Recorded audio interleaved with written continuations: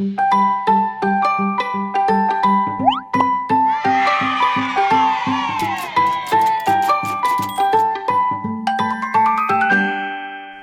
boys and girls, thanks for joining us again for another online assembly. It's Uncle Robert here from FPC Kids with you today.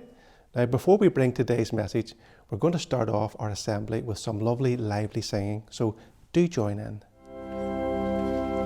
I have decided to follow Jesus. I have decided to follow Jesus. I have decided to follow Jesus.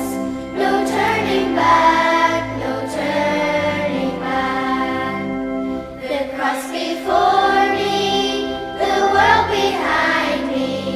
The cross before me, the world behind me. The cross before me, the world behind me. No turning back, no turning back. Will you decide now to follow Jesus? Will you decide now to follow Jesus? Will you decide now to follow Jesus? No turning back, no turning back. You know boys and girls, during lockdown I decided to go and dig out some of my favourite cartoon films to watch. And I had so many to choose from. Definitely watched that one, Toy Story, really good. And then I watched Finding Nemo, we nearly cried our eyes out. And then one of my favourites is this one here, Up. I'm sure you've seen all these films. This is a really terrific one. I love watching it. I could watch it again and again and again. And it's a really endearing story about a little boy called Russell and an old man called Mr. Fredrickson. You've got it. Poor Mr. Fredrickson, remember how he felt so much under pressure to leave his home by those big city developers wanting to knock it down, a home full of memories of his dear late wife Ellie. And she just loved adventure. And then do you remember how he used thousands of balloons and set off on an adventure to South America by himself, turning his whole house into a giant hot air balloon in order to get there? But enough about the film. I really want today to talk about the title of this film, Up. And I want to add some words and make up some well-known phrases. And then finally I want to add some thoughts from the Bible. And the first little phrase is this, boys and girls. It is fed up. Fed up. You know, at one time or another, we're all fed up. Maybe you're fed up with school already today. You're fed up with the weather. You're fed up with your lunch, the same sandwiches every day. We're just fed up with everything. You know, we're never really content with what we have. People are forever saying to me, well, you know, if I could just have this, or if I could do that, you know, I would be happy. I would never be fed up again. But the truth is, boys and girls, all the gadgets, all the new inventions, all the money, houses, cars, holidays in the world will never fully satisfy the longing within our heart. The Bible asks a question. It says in Isaiah 55 verse 2, wherefore or why? Why do you spend money for that which is not bread, and labour for that which satisfieth not? Why put all your money and effort into things that's not going to make you happy? That's what the verse was asking. And then over in the Psalms, David makes something very clear. You know what he said? Only God satisfies the longing soul. Then you're not fed up. He also says that no good thing will God withhold from those who walk uprightly. You see, God knows what's best for us. He gives us what we need.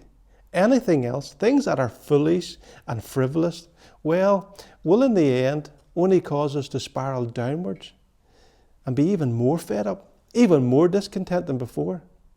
You know, the person that keeps their eyes on the Lord, they have no occasion to really be fed up. What's our next word? Well, it is cheer up. I can say to you today, cheer up. You've still got school lessons to do, and I'll be off in a minute, but I wouldn't do that. But sometimes things can get us down. Life can bring us disappointments. Do you know, however, the Bible has its own word for this little phrase, cheer up? It's the word rejoice. In fact, in 1 Thessalonians 5, it says we're to rejoice evermore. That means forever and forever. And boys and girls, when trouble comes, Christians can still rejoice. They can rejoice in knowing that God is in control. They can rejoice in his love for them when he sent his son to die for them. They can rejoice in having their sins forgiven. And they can rejoice in being at peace with God. Perhaps you know none of these things. Maybe you've never turned to God. You've never even thought of him. You have no peace in your heart. You have nothing to rejoice about. Nothing to cheer you up. Well, we need to get on to our next word. And it's this. Hurry up. I'm sure you've heard that all the time. You've maybe even heard it this morning before you went out to school. Mum was saying, hurry up, you're going to be late. You know, on one occasion, the Lord Jesus actually said this. He said this. He said, hurry up. Can you imagine that? He said it to a man called Zacchaeus. His actual words were, make haste. That's the old Bible way of saying, hurry up. Make haste and come down. Hurry up, Zacchaeus. You see, the Lord Jesus was passing that way. He was never to go past that way again. Zacchaeus was urged to hurry up and come down from the tree he was in and come to the Saviour. And boys and girls, he did. And he was glad he did. But not only is there hurry up, but there's another little phrase that's often said in the Bible. And it's this one here. Wake up! You know, there are many in the Bible who needed to wake up. They were caught sleeping. One example was Samson. Samson, he had been toying with sin. He was found lying sleeping when the Philistines suddenly came in to the house of Delilah and cut off all his hair, captured him and imprisoned him, made a fool of him. He needed to wake up. Jonah, that happened to him too. Remember, he tried to flee from God's command to go to Nineveh to tell the people that in 40 days they were all going to perish. And he was caught sleeping in the bottom of a boat. Wake up, Jonah, was what was said to him. And then finally in the Gospel of Matthew, there were 5 young ladies. There were 10 in total, but 5 of them had fallen asleep and they were totally unprepared as the bridegroom came. And that reminds us that we need to be awake and ready for the Lord's return. But how do we make that preparation? Well, the answer is found in our last little phrase, and it's this. It's this one. Own up. We need each of us to own up to our wrongdoing. Turn away from it. Seek forgiveness. And we need to live in obedience to God. And boys and girls, just like in the film, that's when the adventure really begins. And I trust that you'll have listened well and you'll do these things in your life today. If it's that really well, we're going to have a little word of prayer. We're going to ask the Lord to bless what we've heard to each of our hearts. So let's do our ABC. Arms folded, heads bowed, and eyes closed. Dear Lord, we come to Thee in our Saviour's name. And we thank Thee, Lord, for these lessons from Thy word today. And we do pray, O Lord, that we, as we live our lives, will move away from being fed up and turn to Thee. Pray, O Lord, that we will be those who will be full of cheer. We will cheer up, knowing that sins can be forgiven. Help us, O Lord, if we have not, that we'll wake up. And, O Lord, that we will realize that there is an urgency and we need to hurry up.